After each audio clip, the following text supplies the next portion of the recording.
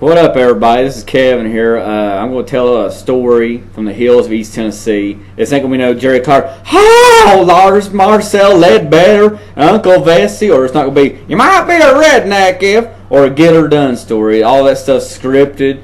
This is a true, actual story from the hills. I'm going to call it Crazy Check.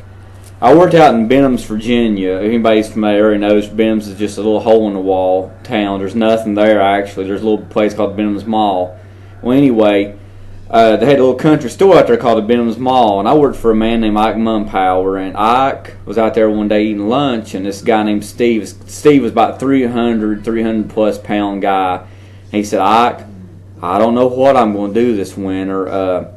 I'm going to freeze. I ain't got any money for firewood or nothing. And Ike pointed in the back of the store and he said, you see Jimmy back there? And Jimmy just grinned with a cup of coffee in his hand. He goes, Steve, Jimmy back there is retarded and he's smarter than you. He said, Steve, Jimmy gets one of those there crazy checks, and the state buys him food and his clothes, and he's got, look at that, even the state bought that cup of coffee there. What you need to do, Steve, he said, you need to go out there and run, take your clothes off, and start screaming, put your hands there, screaming and holler, and you can get your crazy check too. Anyway, that old boy that night got a hold of some alcohol. I don't know how he got the money or what. It might have even been moonshine. Who knows? But the story what goes that he took his clothes off and was running through the countryside and ran through somebody's farm, and a woman called on the phone, called the police, and told him that he had tried to rape her. And she was looking out the window watching this go on. State police starts following him.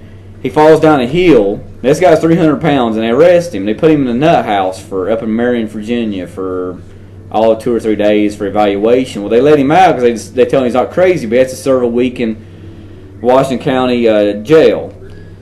So the story goes that Ike was out there, and my uncle Buster Martin, he owned a bike shop. Well, everybody's giving Ike a hard time at the country store. All the farmers said, you put Steve up to this, you ought to give him a job at your sign shop.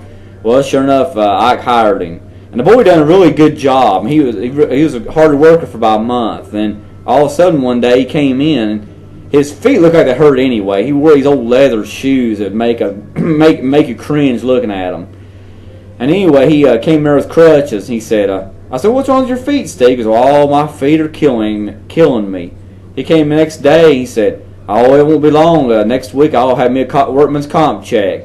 And it scared Ike, so Ike fired him. But that's a true story. I don't know how funny it was or whatever, but it's really a true story. So it wasn't one of these, oh! So the next time I'll have a story about a funeral that I witnessed. Thank you all. 143 and at the 419, and I'll talk to you later. Peace out.